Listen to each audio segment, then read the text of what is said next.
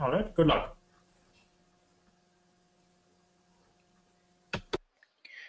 So let's look at a really very interesting concept which we have looked up in our previous classes, and let's build up on that.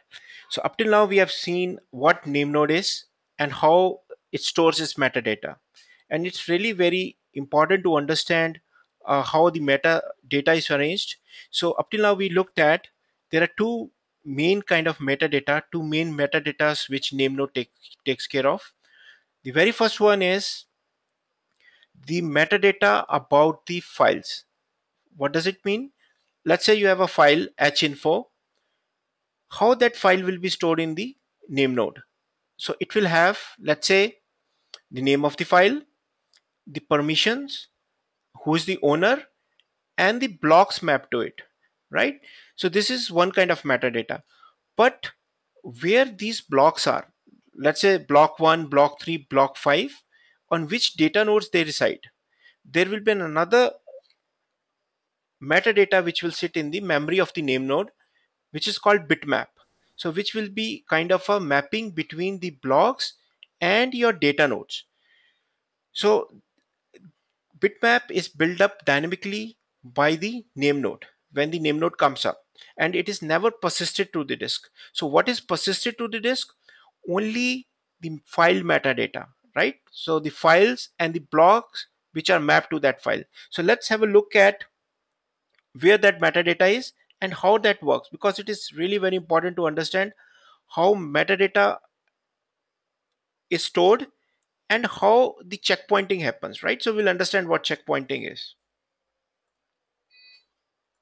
So let's say currently I'm sitting on my name node. This is the same host which we have used till now. So I'm on my name node, which is nn1.cluster1.com. And if I do Hadoop DFS admin hyphen report on this, so I see that I have three data nodes, and we have already configured here rack awareness, right? Which we have seen in our other sessions as well. So our nodes, they are set up into different racks. You can see rack 1, rack 2, and another data node which is in rack 2. So how the distribution of blocks will be, it will based upon the rack awareness algorithm. But the most important thing which we have to talk here about is how actually the name node stores metadata and where it actually stores, right? So we looked at that the config file where it goes, right, from our previous classes, it goes into a location which is defined by dfs.name.dir, right? So this parameter has changed in the recent versions, which we will take care when we go to our Hadoop 2.0 framework. But for the time being, this parameter, which is dfs.name.dir, will solve the purpose.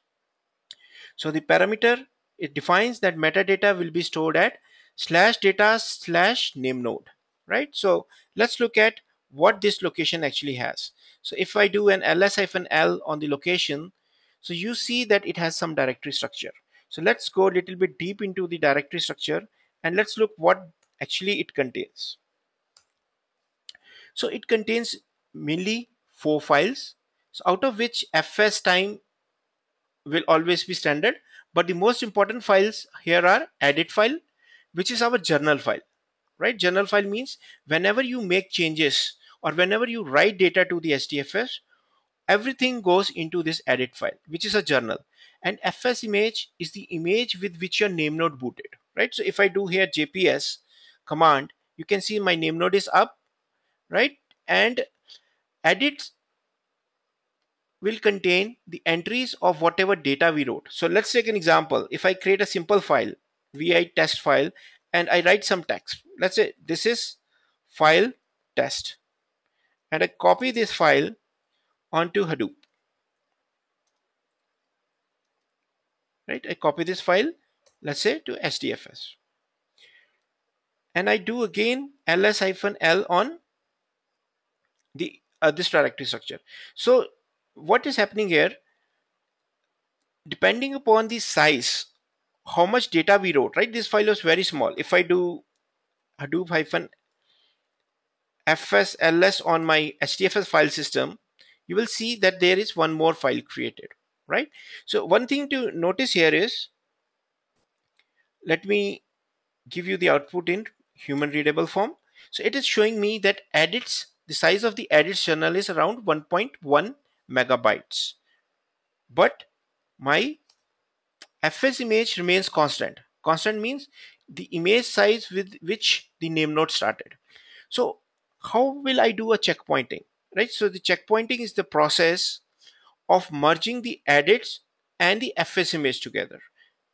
Right? Why we need to merge that? So we have already covered that in theory. Why it is important? Because when the name node comes up, if my file is very large, so it will take very long for the name node to boot up. So when does the checkpointing happen? There are few scenarios. One is if I do simply Hadoop -daemon .sh stop name node and start back the name node, we will see what happens to the edit file. So look closely at the size of the file.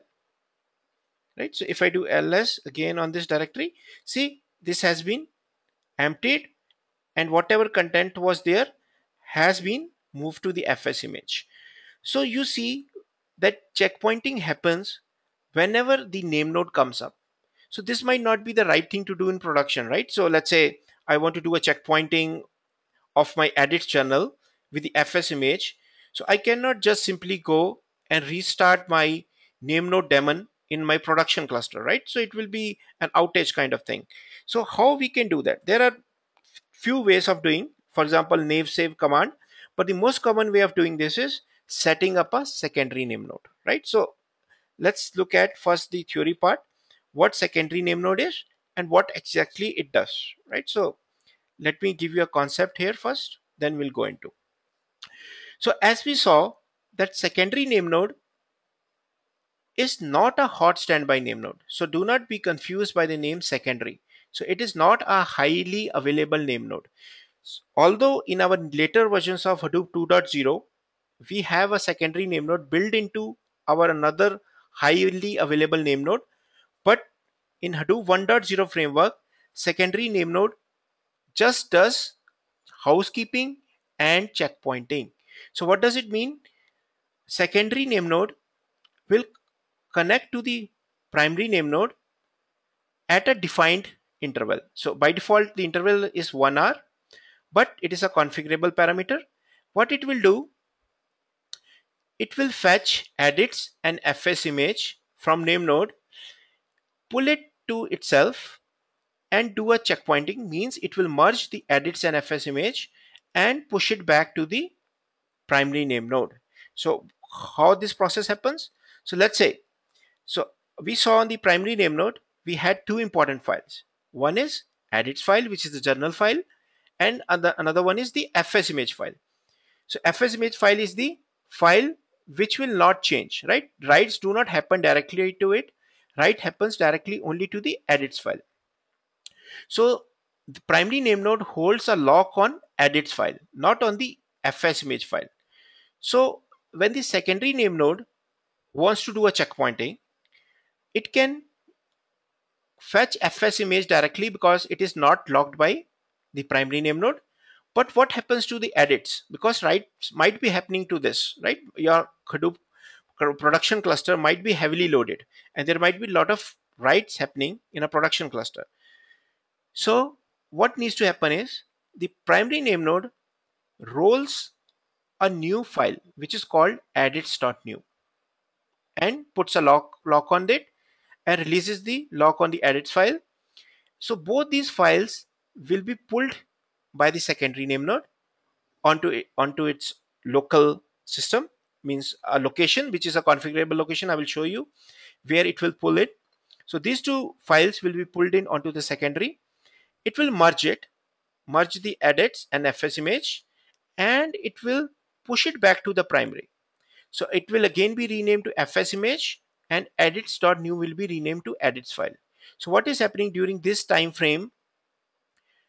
There might be some writes happening to on the primary name node cluster, right? So there will still be some edits file data in the edits, but it will be minimal. So this is what secondary is doing. So let me show you on the system. There's a lot of details which we will cover as we go along the course, but let me show you what secondary does and how we set up.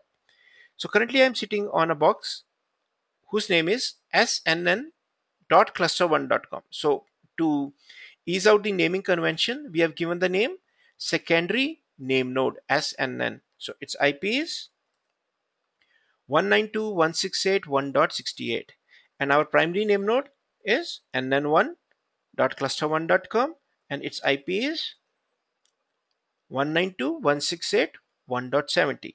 So now let's look at how the checkpointing happens or how the secondary works or how we configure secondary. So let's move to the config directory. So directory structure remains standard throughout our Hadoop configurations. So we have already set up our name node and data nodes as we saw in our sessions. So same config files we have copied to our secondary. So if I open the vi core-site file, here what we have configured, same thing what we have done till now. Here we have pointed the core-site to wherever my name node is, wherever my primary name node is. So on the secondary, I'm telling my primary name node is at this host name and this port, right? So you can contact the primary on the this port. So one important thing which we have to look here, another important, very important file is stfs-site file. So what we are telling here, so as we saw, every daemon has a web server built into it, right? The primary name node has a web server, the job tracker has a web server, the secondary name node has a web server built into it, so which runs at predefined ports. So let's say if I want to access my name node's web server, which we have shown, which we saw till now. So let me show you, and I will give the port number, right? So I can see this is my primary name node. So this is the web server of my primary name node. So what is happening here? What this parameter is telling me, how the communication is happening. Actually, the edit file and the fs image file, they are copied using HTTP get and post calls, right? It's a simple REST API. So what it does, we need to configure, or we need to tell where the web servers for each of the daemons are. So I'm telling the web server for my primary name node by saying dfs.http.address, the host name and the port of the web server, right? It's the same port number wherever my web server is running. I'm giving the same port where it is running, right? So this is my port. And for the secondary name node, also I'm telling where the web server for my secondary name node is running, so that they can do a post and a get call. So we will go into detail why we do this as we go along the course. This is the default checkpointing period, which is by default 3600 seconds, which is 1 hour. I can configure this parameter. So usually 1 hour is a good enough time. Then I configure the locations where my secondary will pull in and store the data. So I'm saying fs.checkpoint.dir and fs.checkpoint.dir edits, right? So this is the directory where it will be pulling in the edit files. This is the directory where it will be pulling in the fs image file. After copying the files from the primary name node to its local hard drive, the secondary will merge them and push it back to the primary. So let's see how actually this is working. So let me show you the timestamp on the primary side. So it will be easy for you to relate. So if I do ls-l on the path of my metadata store location on my primary, so I'm doing it this on primary nn1. So let me do a checkpointing here. So how you do a checkpointing? Obviously one way is I can start my secondary daemon here, secondary name node daemon, and wait for, let's say, 1 hour for my checkpointing to happen. But before that, I have to make sure that the configuration which I have done on the secondary works. So I can do a manual sync up from the primary to the secondary by executing the command Hadoop secondary NameNode checkpointing force. So I'm forcing a checkpoint. So if I hit enter here, so what it will do, it will contact. So if you look at the details here, so it is telling where it is pulling the data, where it is contacting. So it is saying it is posting over a URL to the primary name node on this particular port. And if I do ls-l on the locations which we have configured, right? So you will see it has pulled in data, right? So look at the timestamp here, 22, 39, 38, right? So similarly, let's look at the another directory, right? So here it has pulled in the fs image, right? So look at the timestamp here. So timestamp on the primary is 30, right? When we before running the command, checkpoint command. But now if I look, so this timestamp would have also been updated. Why? Because secondary would have pushed back these images back to the primary, right? So if I go here, see the timestamp here. Timestamp matches here. So it is pushing back. But you might ask here, why I do not see the intermediate stage, right? Why I do not see edits.new? Well, this is a really interesting thing. And as we go along the course, we will see a lot of details, how it works, what goes in the background. But let me quickly show you how this is coming. So let me comment out this line here, for example.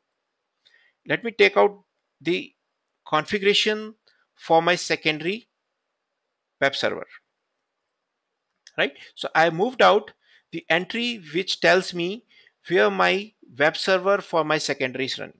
So now let's do the checkpointing command again. So you will see a very interesting thing coming here now. So you can always obviously read the logs and see, right? So it will be giving you an error, right? So let's do ls again. So you see edits.new here now. So why this is happening? So this is an intermediate state. So why we were not seeing this state initially? First of all, the data which we have on this cluster, which is our test cluster, is very small.